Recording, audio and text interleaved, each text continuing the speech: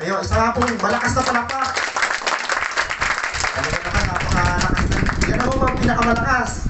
Ano? Mamaya ho, mayroon tayong iahandog ng mga sasakyan. Ihandog na natin yung lahat ng mga hindi pa nahandog. Sino may sasakyan dyan na hindi pa nahandog? Mamaya sabay nyo na. May iahandog tayo dyan na isang sasakyan ho. Amen. Ngayong araw na to, ay balikan ho natin muna itong mensahe na ating pinag-aralan noong midweek. Wala ho ang iba. Hindi ho nakadalo. Ito ho, pagkapako ng Panginoong Hesus, kita nyo naman ho, yung larawan na yan ay larawan ho kung gaano katindi yung sakit na dinanas ng Panginoong Hesus. Hindi dahil ho makasalanan siya, kundi dahil makasalanan tayo. Inaamin ho ba natin makasalanan tayo? Okay, wala dito mayabang na magsasabi, Lord, kaya kong baguhin ang sarili ko dahil kung kaya natin baguhin ang ating sarili, hindi na mamamatay si Jesus sa krus. Pero hindi natin kaya kinaya niya. Isipin niyo kung gaano katindi yung sakripisyo na yan. Sabi dito, itong larawan na ito ay pinag-aralan natin. Yan ho ang pitong huling winika ng Panginoong Hesus. Ang mga wika na yan ay may mga kahulugan. Ano ang unang sinabi ng Panginoong Hesus bago sa mamatay? Ama, patawarin mo sila sapagkat hindi nila nalalaman ang kanilang ginagawa. Sino dito ho ang may mga kaaway? Ayan. O sinaktan. O nanakit sa'yo. At parang, pastor, hindi ko na kayang patawarin to. Kaya ni Jesus patawarin. At sana kaya mo rin patawarin. Pastor, kahit pa matindi ang ginawa sa akin, dapat ko patawarin. Wala nang titindi sa sakit na dinanas ni Jesus, pero pinatawad niya ang lahat ng mga tao kong may kagagawa niyan sa Kanya. Kaya niyo ba magpatawad? Kaya natin sa pamamagitan ni Jesus. Isipin niyo, duraan ng Panginoon sa mukha, may plema. Sino dito yung hindi pa dinuduraan, baka basag na. Pastor, may muntik ako nasuntok, pastor eh. Muntik ako duraan, muntik pa lang. Si Jesus, dinuraan sa mukha, wala siyang imik. Sinapok siya, sabi ng, di ba nakapiling siya, sabi, hulaan mo kung sino sumapok sa'yo. Paano mahula? Ginawa pa manghula si Jesus. Pero tandaan nyo, lahat na nanakit sa Kanya, nagawa niyang patawarin dahil ang Diyos natin ay mapagpatawad. Kapatid, mapagpatawad ang Diyos. At dahil anak ka ng Diyos, dapat nagpapatawad ka rin. Lalo dyan sa katabi mo, nakasarbisan dyan, no? Yung mga may asawa dyan, parang gusto ko muna sakalin, di ba? Pero patawarin mo na lang.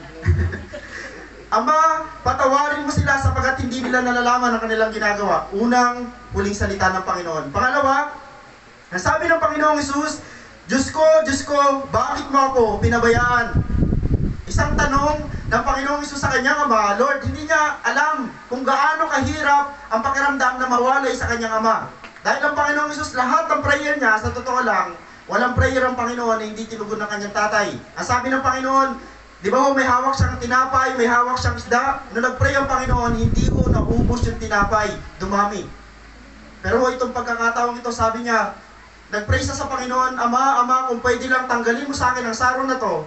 Alam niyo, hindi siya tinugon ng Diyos. Dahil kung tinugon siya ng Diyos, hindi siya napako sa krus, mananatili tayong nasa kaparusahan.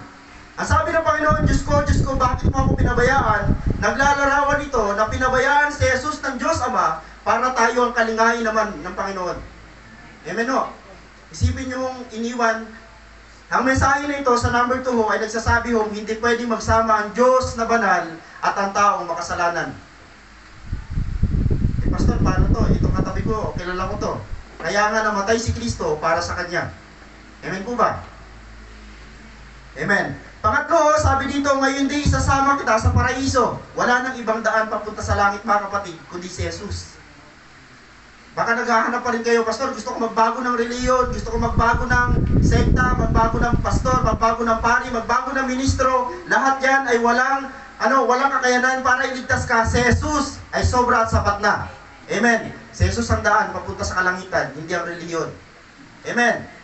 Kaya nga sabi ni Jesus sa magnanakaw, ngayon di isasama kita sa paraiso. Isa lang ang susi para magkaroon ka ng kaligtasan. Tanggapin mo si Jesus bilang iyong Panginoon at tagapagligtas. Isipin nyo yung magnanakaw, hindi naman siya naglulumuhod, hindi naman siya nagsakripisyo ng kanyang buhay. Sabi lang ng magnanakaw, Panginoong Hesus, naniniwala ako sa iyo, na anak ka ng Diyos. Humingi ng tawad at nung namatay, sabi ng Panginoong Hesus, ngayon di isasama kita sa paraiso. Totoo ang langit, kapatid. At sana wag lang tayo dito magkakasama din tayo sa langit. Payag ka ba na yung katabi mo kasama mo sa langit? Yung iba hindi makapag-amen kasi kaaway. Patawarin mo na. dito yung parang Pastor, kung makakasama ko to sa langit at habang buhay doon, wag na.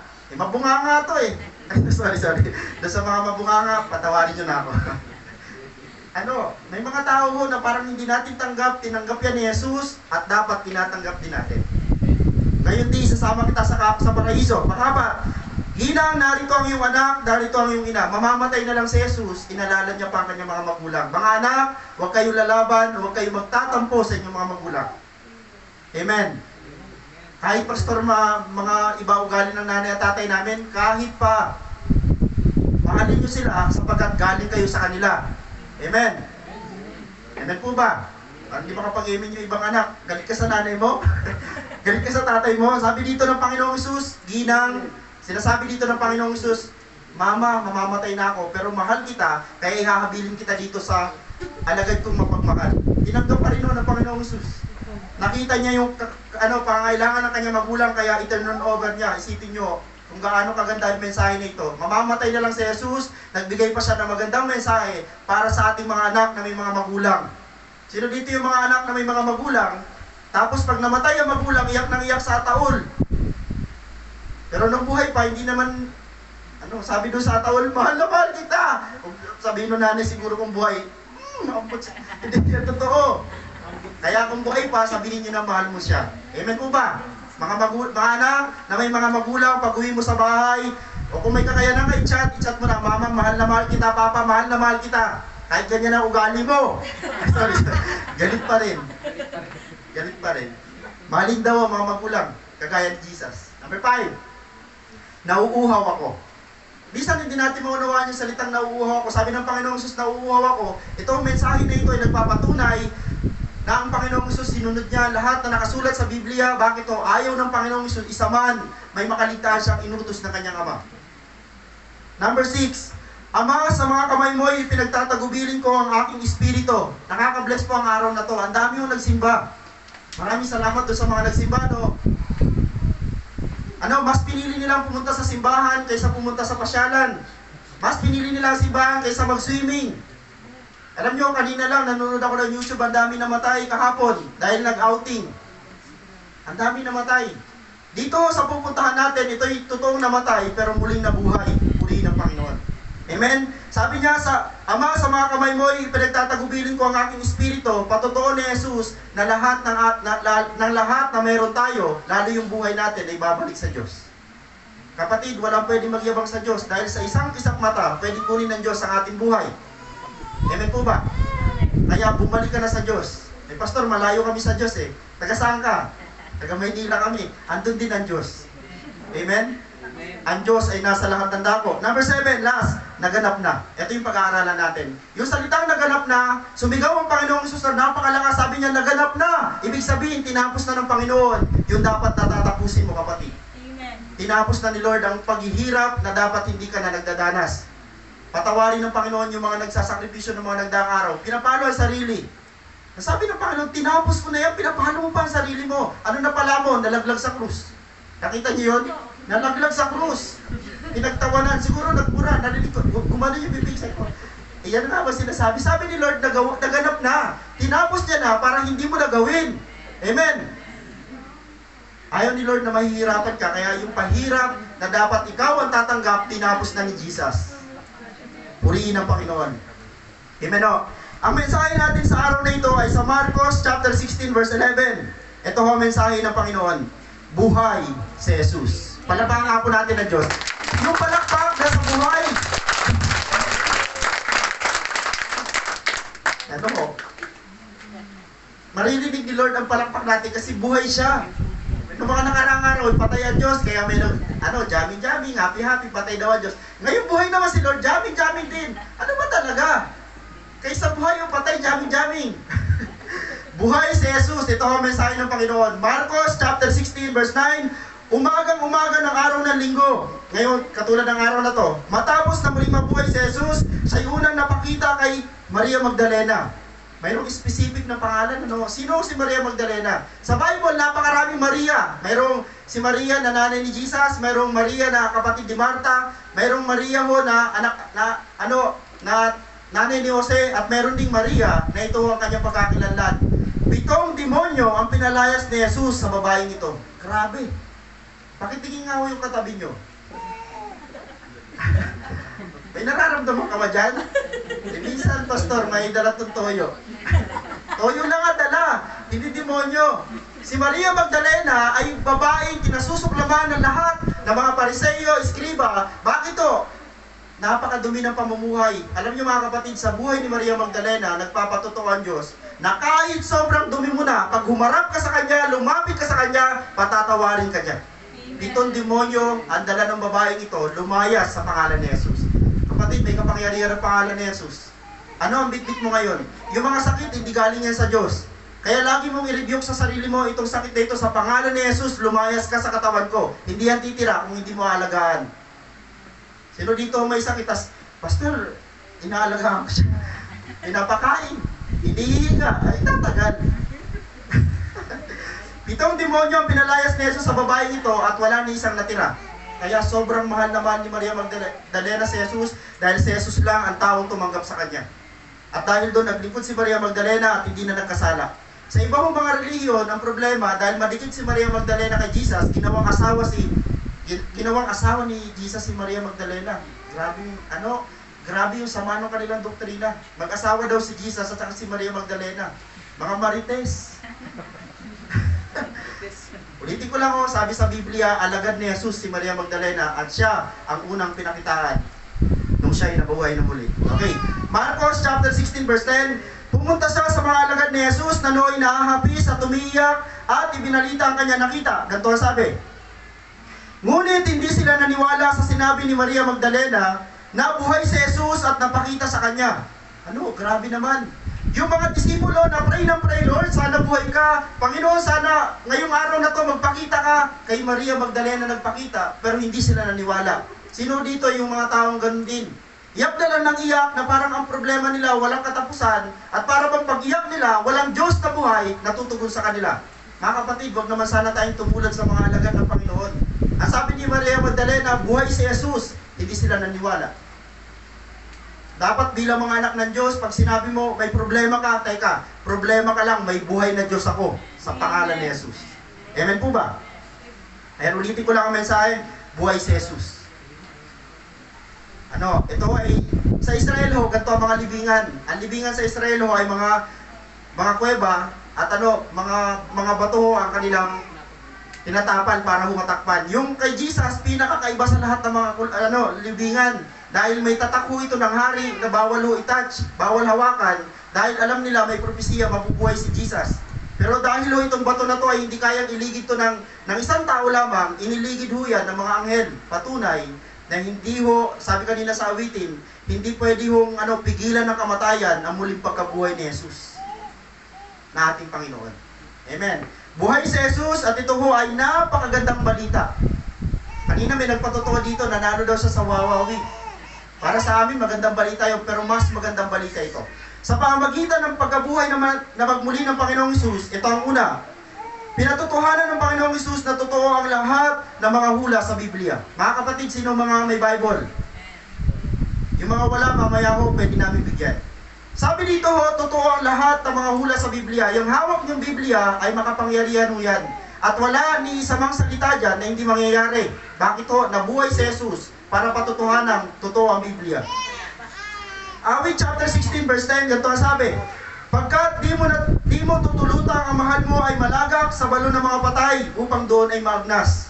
Mamaya ikaklaro natin yan. Gawa chapter 2 verse 27, sapagkat ang kaluluwa ko hindi mo pinabayaan sa daigdig ng mga patay at hindi mo itinulot na mabulok ang iyong banal. Wow, habang binabasa natin yan, nagkakaroon tayo ng idea. Okay, ito ho ay hula ni David sa chapter 2 verse 31. Ganito ang sabi, ang muling pagkabuhay na Mesyas ang nakita tinulaan ni David ng kanyang sabihin. Sabi niya sa Awit chapter 16 verse 10, hindi siya pinabayaan sa daigdig ng mga patay at hindi tinulot na mabulok ang kanyang katawan. Si David po pala ang humula na ang Panginoong Hesus yung kanyang katawan na hindi mabubulok. Kaya pala ho, walang nakita mga alagad na bulok na katawan doon sa libingan. Mga kapatid, totoo ang Biblia. 3 araw nang patay si Jesus, hindi pa babulok ang katawan? Di ba ho, 24 hours lang ho, may amoy na. Kaya siguro nung papunta mga alagad, lalo si Maria Magdalena, lagi ho sila may dala ho na matapang na pabango para ho pagpapasok sila doon sa libingan, may pangontra sila sa amoy. Pero ho, pagpasok nila, nagulat sila, wala ni katiting na bakas ng katawan ni Jesus. Pero may nakita silang tela na nakatupi. Wow! Nagtutupi si Jesus. Ikaw? Pastor, pag nagbihis ako, bahala yung kasama ko sa bahay. Si Jesus, nagtutupi. Inaayos niya. Amen o? At hindi tunulot na mabulok ang kanyang katawan. So ito ay napakagandang balita na totoo ang lahat ng sinabi sa Biblia. Unang patutuho, hindi nabulok ang katawan ng Panginoong Hesus. Pangalawa, hindi na natili ang Panginoong Hesus sa daigdig ng mga patay. Ano ibig sabihin ng daigdig ng mga patay? Meron nung tatlong term na ginagamit para mapag-aralan yan. Una ay Hades o Hades. Yan ay salitang Grego na ang ibig sabihin nun yan ay daigdig ng mga patay. Sa Hebreo naman ang tawag yan ay Sheol. Ganun din ang ibig sabihin yan na hindi rin natin alam yung Sheol, hindi rin naman natin alam yung Hades o Hades, pero ang alam na alam natin ay impyerno. Isipin nyo mga kapatid, si Jesucristo ay pumunta sa impyerno na 3 araw. Bakit siya pumunta sa impyerno? Di ba nakakapunta lang sa impyerno yung mga makasalanan? Tama ka kapatid, si Jesus ay minsan naging makasalanan dahil ang lahat ng kasalanan na meron tayo ay kinuha na niya. Dala-dala niya ang susi ng kaligtasan, pagpunta niya sa impyerno, pinalaya niya. Una tayo, pinalaya niya tayo. Kaya kapatid, yung katabi mo, isa na yan sa pinalaya ni Jesus. Kaya huwag nating husga ng ating mga katabi dahil iniligtas na yan ng Panginoon. Hindi na natili ang Panginoong Jesus sa daigdig ng mga patay o sa impyerno dahil bakit ito sinabi ng Diyos na mabubuhay siyang mga muli. Okay. Okay o. Tanong mo, nag-aalinlangan ka pa ba sa mga nababasa mong pangako ng Diyos sa Biblia? Sino dito yung mga nagbabasa ng Biblia, basa ka ng basa sa Biblia, may nababasa ka mga pangako ng Diyos, pero parang hindi ka kampante, parang hindi ka agree. Ito ang sabi. Nag-aalinlangan ka ba kung ito ba yung totoo? Habang binabasa mo, sabi ng Panginoon, pagpapalain kita. Parang hindi mo ma-feel kasi bakit to? Hirap na hirap ang buhay mo, ang dami mo mga pagsubok, sabi ng Biblia, sabi ng Panginoon, hindi kita iiwan, hindi kita pababayaan, pero parang ramdam mo sa sarili mo, lagi ka na lang mag-isa. Maniniwala ka pa ba sa salita ng Diyos? Okay, pangalawa, ito ba ay mangyayari? Pangatlo, ito ba ay mapananaligan? Okay, ulitin ko lang mga kapatid. Nabuhay ang Panginoong Hesus para patutuhan ng totoo at mapananaligan ang salita ng Diyos. Yung Biblia na hawak mo ay may kapangyarihan yan. Nasa sayo kung maniniwala ka sa nababasa mo sa Biblia. Amen. Sabi ng Panginoon, manalig ka lang, manampalataya ka lang na maliligtas ka at maliligtas ka. Hindi mo na kailangan mong parusahan ang sarili mo, hindi mo na kailangan mong grabing pagbabagong gawin mo sa sarili mo. Ang magliligtas sa iyo ay yung ginawa ni Jesus, hindi yung gagawin mo. Amen. Sapat na yung ginawa ng Panginoong Jesus sa krus para iligtas niya tayo.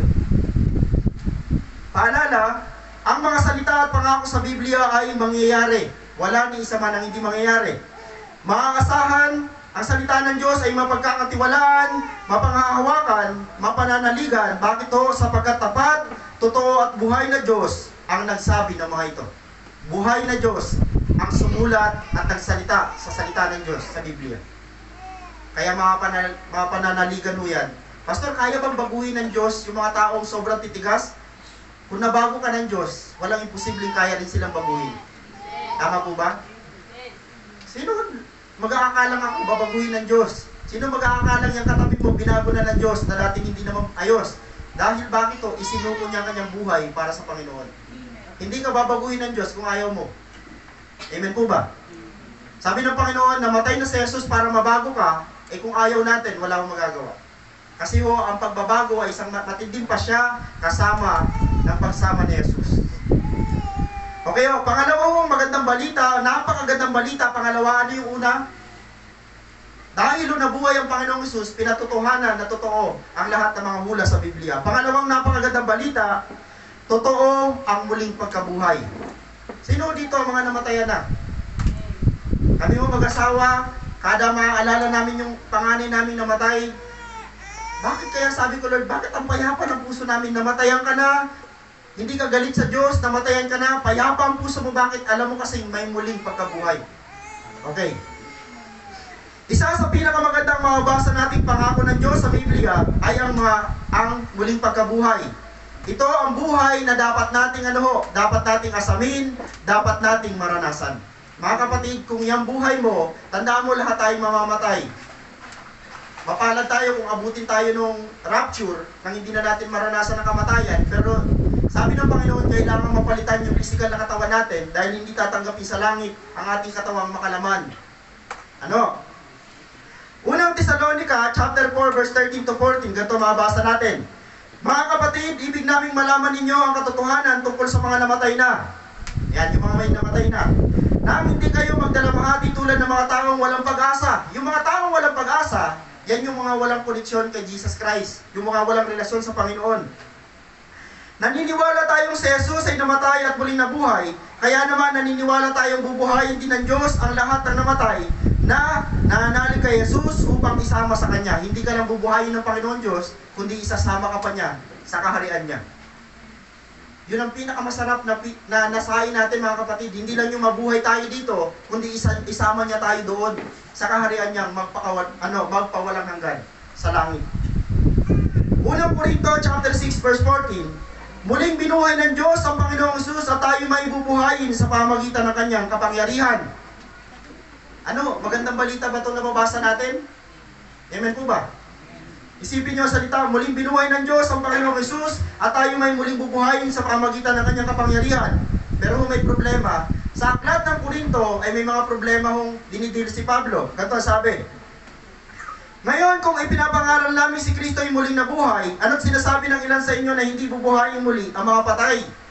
Ang dami yung mga tao doon sa panahon ng Korinto na mga nag-aalinlangan sila na mabubuhay ba ang mga patay? Kaya kung sila nagdadalamhati araw-araw. Ang sabi ni Pablo, ang totoo, yung pinapangaral namin sa inyo, totoong nabuhay si Jesus para patunayan na bubuhayin ng Panginoon sa huling panahon ng mga patay. Kung ito ay totoo, lilitaw na hindi muling binuhay si Kristo. Okay. At kung si Kristo ay hindi muling binuhay, walang kabuluhan ang aming pangangaral at walang katuturan ng inyong pananampalataya. Kung hindi muling nabuhay ang Panginoong Hesus, sayang yung pagsisimba natin. Sayang yung paglilingkod ko. Sayang yung pagpunta-punta mo rito kung hindi nabuhay ang Panginoong Hesus. Pero dahil nabuhay ang Panginoong Hesus, worth it yung ginagawa mo. Napakaganda na pagpunta mo sa gawain at napakaganda nang lagi ka nakikinig ng aral ng salita ng Diyos. Bakit ho? Totoo ang pinananaligan mo. Namatay pero muling nabuhay. Unang Korinto chapter 15 verse 16, kung hindi bubuhayin muli ang mga patay, hindi rin muling binuhay si Kristo. At kung hindi muling binuhay si Kristo, kayo hindi pa nahahango sa inyong mga kasalanan at walang katuturan ang iyong pananampalataya. Inulit pa ni Pablo. Okay, last. Kung ang pag-asa natin kay Kristo ay para sa buhay na ito lamang, tayo na ang pinakakawawa sa lahat ng tao, mga kapatid. Kung ang buhay daw natin ay hindi hahantong sa langit, tayo na ang pinakakawawang mga tao na nabubuhay sa daigdig. Bakit to? Di ba dahil sa pagiging Christian, napakaraming bawal. Sino dito nakakaranas ng ganon? Takam ka na sa isang bagay, pero kailangan mong pigilan dahil Christian ka. May umaaway sa'yo. Di ba, sanay ka naman dati makipagtalakan. Sanay ka naman makipagsuguran. Pero dahil lang pinuutos sa'yo ng Panginoon, anak, magpasensya. Magpigil sa sarili. Ikaw na nangangati na yung kamay at gusto mo nang talaga. Dila lang, walang latay. Naiisip mo si Jesus. Lord, alam kong totoo ang nangyari sa'yo. Magpipigil ako. Pero kung si Jesus hindi nabuhay na magmuli, suburin mo na. May kaaway ka, puntahan mo na. Sabi nung kasama ko, yung naririnig lang siguro ng ibang nagsisimba yung mga gusto lang nila. Di ba nung nakaraan sabi ko, kapag mayroong kang kita, i-enjoy mo. Uminom ka ng uminom. Mayroon mo talaga naman. Kung may kita ka, magpakasasa ka, mayroon naman talaga. Pero hindi niya napakinggan siguro yung dulo. Haharap ka sa Diyos. At pagharap mo sa Diyos, yari ka yung sermon na aabutin mo ay isang katerba. Dahil ang sabi ng Panginoon, ayusin mo ang buhay mo anak kasi bawal dito ang makasalanan sa langit. Ano ibig sabihin ng makasalanan? Yung suwail sa Diyos. Amen o? Pastor, nainom ako, uminom ka lang ng tama. Tama ba yung 4 na bote? Pastor, yari tayo dyan. Uminom lang daw ng tama. Paano ba uminom ng tama? Isang lagok lang. Uwi. Pastor, kaya ko ba yun? Kapatid, na kaya namin. Dati din ako nagiinom, pero napagtagumpayan ko na. Pag may, sabi nung asawa ko nung isang beses nag-communion tayo, isip mo malasing ako, Pastor, ano yung grapes? Grapes nga, yan dami na ininom. Sabi ko, meron lang ng isa.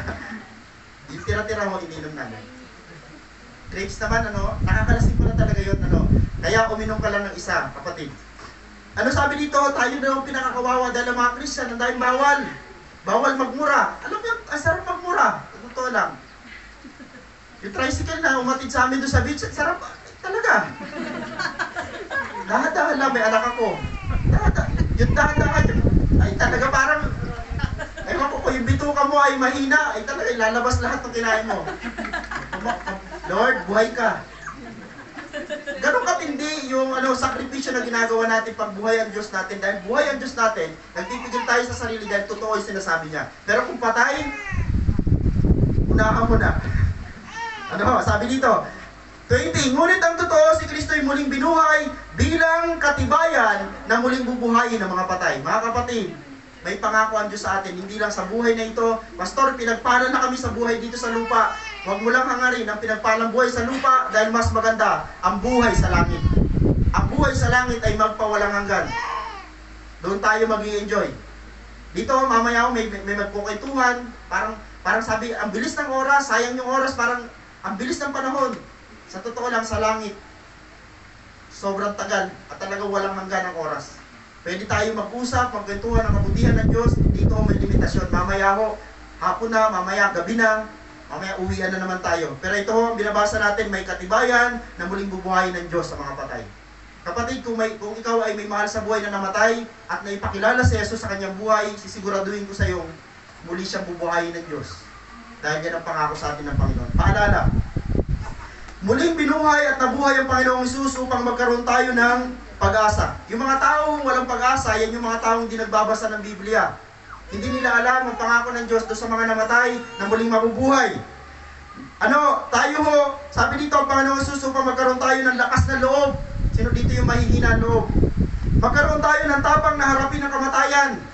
Isa sa pinakamasarap na puntahan, sabi sa Kawikaan, ay yung lugar kung saan mayroong lamay. Bakit kaya? Sabi ng Kawikaan, hindi maganda yung punta ka ng punta sa birthdayhan. Bakit to? Sa birthdayhan, kain, masaya, wala kang marirealize. Pero pag pumunta ka sa lamay, may marirealize ka. Pag dungaw mo sa ataol, isang araw, ikaw na rin yun. Tama? At dahil natudungaw mo ang sarili mo doon sa ataol, sinasabi mo sa sarili mo, Lord, magbabago-bago na ako. Naisip mo ba yun? Dahil pag may patay, iniisip mo, baka ako na sunod. Tama? Ewan ko lang kung naisip niyo yun. Basta ako, pag dudungan ko sa patay, sabi ko, Lord, tagalan niyo pa. Ang hirap pagka dumunga ko, tapos ikaw na madudungan doon, Tapang na harapin ang kamatayan. Yung kamatayan na sinasabi dito ay hindi lang yung pisikal na katawan, kundi yung kamatayan walang hanggan. Tinapos na ni Jesus, dapat din natin yung tapusin. Naharapin ang katotohanan. Sabi dito, nabuhay ang Panginoong Hesus para magkaroon tayo ng pananampalataya sa buhay na walang hanggan. May buhay na walang hanggan, kapatid sa langit. John chapter 11 verse 25. Sinabi naman ni Jesus, ako ang muling pagkabuhay at ang buhay. Ang nananalig sa akin kahit mamatay ay muling mabubuhay. Napakagandang pag-asa. Kaya tapikin mo yung katabi mo. Baka yan ay naglulupay-pay na. Ito ang pangako ng Diyos na nagsasabing muli niyang bubuhayin ng mga patay na nananalig sa Kanya. Ganon din nasabi sa John chapter 11 verse 26. At sino bang nabubuhay at nananalig sa akin ay hindi mamamatay kailanman? Pinaniniwalaan mo ba ito? Hindi na mamamatay kailanman ang mga taong nananalig sa Panginoong Hesus. Ang sinasabi dito hindi na mamamatay kailanman, hindi yung physical mo, kundi yung habang buhay na kaligtasan ay may assurance. Mayroong kasiguraduhan na dito ka pa sa lupa, mayroon ka ng buhay na walang hanggan. Pag namatay ang isang Kristiyano, ililibing ang kanyang physical na katawan, pero yung kanyang espiritu, yung kanyang kaluluwa, babalik sa Diyos. Ililipat lang ang ating kaluluwa sa langit. Okay Panghuli na at dito tayo magtatapos. Ito ay napakagandang balita. Sabi dito totoo ang muling pagbabalik ng Panginoon. Kung namatay ang Panginoon at nabuhay, ito ang patotoo. Nababalik siya muli. Ang tanong ko ganito, nakahanda ka na ba sa muling pagbabalik ng ating Panginoong Hesus? Personal sagutin nyo nga ito. Kung ngayong araw na ito, babalik ang Panginoong Hesus, nakahanda ka na ba? Amen. Yung malakas swalo, yung malakas ang sagot, handang-handa na yan. Mamaya, hindi naman. Handa na. Ano? Nakahanda ka na ba na muling sa pagbabalik ng ating Panginoong Hesus ngayong araw na ito? Kung babalik ang Panginoon, alam nyo yung ibang hindi kumpiyansa, kapatid, hindi maayos yung connection mo sa Panginoon, hindi maayos ang relasyon mo sa Panginoon. Kaya ka nakakasagot ng amen dahil grabe ang security na nararamdaman mo sa sarili mo dahil ayos ang relasyon mo sa Panginoon. Uulitin ko lang, hindi ka maliligtas dahil mabait ka. Sino dito gano'n na mag-isip? Ang bait ko naman. Ligtas ka. Hindi ka maliligtas dahil mabait ka. Pastor, palabigay ako Hindi ka maliligtas dahil palabigay ka. Ang makakaligtas lang sa iyo, kapatid, ay yung relasyon mo sa Panginoon. Amen. Amen? Pahayag chapter 22 verse 12, sabi ng Panginoong Hesus, makinig kayo, darating na ako. Dala ko ang mga gantimpalang ibibigay sa bawat isa ayon sa kanyang ginawa. Alam niyo, ang linaw ng sinabi ng Panginoon, babalik na ako. Pero tayo, wala tayong pakialam. Pag-isip natin sa umaga, hanap tayo ng kape, hanap tayo ng almusal, hindi ba lang natin ang iniisip, ngayong araw na to pwedeng bumalik si Jesus. Paano kumadatnan tayo ng Panginoon na taliwas ang ginagawa natin sa gusto niya? Dalawa lang naman ang pwedeng mangyari. It's either makasama ka o maiwan ka. Paalala, walang nakakaalam kung kailan babalik ang Panginoong Hesus. Wala akong nagsabi at nasulat sa Biblia na babalik ang Panginoon sa 2022, ngayong Abril 17. Dahil kung alam natin ngayong babalik ang Panginoon, tambak na, punong-puno na mga tao sa church. Tama? Wala akong magsiswimming, walang mag-outing, wala akong pupunta sa masyalan, punong-puno ang simbahan dahil bakit babalik na si Jesus. Pero bakit sinadya ng Panginoon na hindi ipaalam ang pagbabalik niya? Para lagi tayong handa. Amen. Mateo chapter 24 verse 36a, ngunit walang nakakaalam ng araw at oras ng pagsapit niyon. Hindi sinabi kung kailan babalik ang Panginoong Hesus, pero ulitin ko lang sa iyo, siguradong babalik na siya. Pastor, gaano kaya katagal? Ang sinabi ng Panginoon, babalik na siya anytime. Pwede ngayon, pagkatapos ng simba, pwedeng bukas, pwede sa makalawa. Kaya sinasabi ng Panginoong Hesus, dapat mag-ayos na tayo ng sarili. Ayusin na natin ang ating relasyon sa Panginoon. Okay lang na magtrabaho, okay lang maghanap buhay, pero ayos ang connection natin sa Panginoon. Amen. Walang nakakaalam kung kailan babalik ang Panginoong Hesus sapagkat katulad dito ng baha. Noong panahon ni Noah, sabi ni Noah, sumakay na kayo sa bangka dahil parating na yung napakatinding baha. Gugunawin ng Diyos ang sanlibutan sa pamagitan ng tubig. Pero walang naniwala kay Noah. Ang mga tao noong panahon, nag-aasawa, nagiinuman, nagchichismosan. Sorry, walang ganun sa Bible. Nag-uusap-usap lang. Nag-aasawa, busy sila, nagagawa ng bahay, nagpupunta sa mga taniman. Wala talaga sa isip nila. Sabi ni Noah, pumasok na kayo dahil darating mo ang pagkagunaw. Wala hong naniwala maliban kay Noah, kaya 8 lang ang naligtas. Ganon din sa panahon ni Lot. Sabi ng Panginoon sa buhay ni Lot, okay, gugunawin ko ang Sodoma at Gomorrah. 3 lang mo ang naligtas, dahil 3 lang ang naniwala. Ang pagbabalik ng Panginoon ay katulad ng kidlat. Sino dito nakakaalam kung kailan darating ang kidlat? Ibig sabihin ng kidlat, ganun kabilis darating ang Panginoon. Ang pagbabalik ng Panginoon ay katulad ng magnanakaw. Sino dito na nakawan na? Pwede magtaas ng kamay. Sino na nakawan na? Wala pa ho? Salamat sa Panginoon, mamaya mararanasan nyo. Hindi lang. Wala bang nanakawan dito? Tatanungin ko lang naman ang kasunod. Sino ang nagnakaw sa inyo na kumatok? Nanakawan kita, 3:00. Madaling araw matulog ka. 3:00 na madaling araw nanakawan. Nagpapaalam ba magnanakaw? Hindi ho nagpapaalam, ganun din si Jesus. Hindi nagsabi ang Panginoon gantong oras na babalik. Bakit? Katulad daw na magnanakaw ang kanyang pagdating. Walang nakakaalam. Ano pa? Katulad ng panganganak. Okay, ito meron tayong dito, Mrs. na buntis. Walang nakakaalam kung kailan siya isisilang. Sasabihin lang ng doktor, ito ang due date mo. Basta, sasakit na lang yan ng pusa, lalabas siya ng pusa. Ganon din daw ho, ang pagbabalik ng Panginoon ay kagaya ho ng pagsapit ho ng kabuwanan ng panganganak. Hindi alam, kahit na may nagdadalang tao, basta na lang ho yan. Hindi naman ako babae, hindi ko rin alam. Ano sabi dito? Katulad ng manlalakbay na hindi nagpaalam kung kailan babalik. Mateo chapter 24 verse 44, hamon. Kaya maging handa kayong lagi sapagkat darating ang anak ng tao sa oras na di ninyo inaasahan. Walang nakakaalam. Kaya sana ho lagi tayong handa. Paalala nyo sa sarili nyo, sa panahon na hindi ka makapagpigil, sa panahon na parang magkakasala ka na naman, ipaalala mo sa sarili mong pwede anytime bumalik ang Panginoon. Sayang kapag naabutan kang wala sa Kanya, maiiwan ka dito sa sanlibutan. Tandaan, ang pagkamatay ng Panginoong Hesus sa krus ay larawan ng pag-ibig. Naisip niyo ho ba? Pastor, paano naging pag-ibig yung pagkapako ng Panginoon? Isipin niyo yung bibig-biting mong krus na ikaw dapat ang magdala, dinala na ni Jesus. Yung gupit na dapat ikaw ang tumanggap, tinanggap na ni Jesus. Ganun ho ang larawan ng pag-ibig sapagkat ang tunay na pag-ibig nag-aalay ng buhay. Kaya ho yung katabi mo, hindi pwede yung magsabing mahal na mahal kita. Mas matindi pa sa pagmamahal ng Diyos. Wala nang hihigit sa pagmamahal ng Diyos. Dahil bakit to? Ang tunay na pagmamahal, nag-aalay ng buhay sa iba.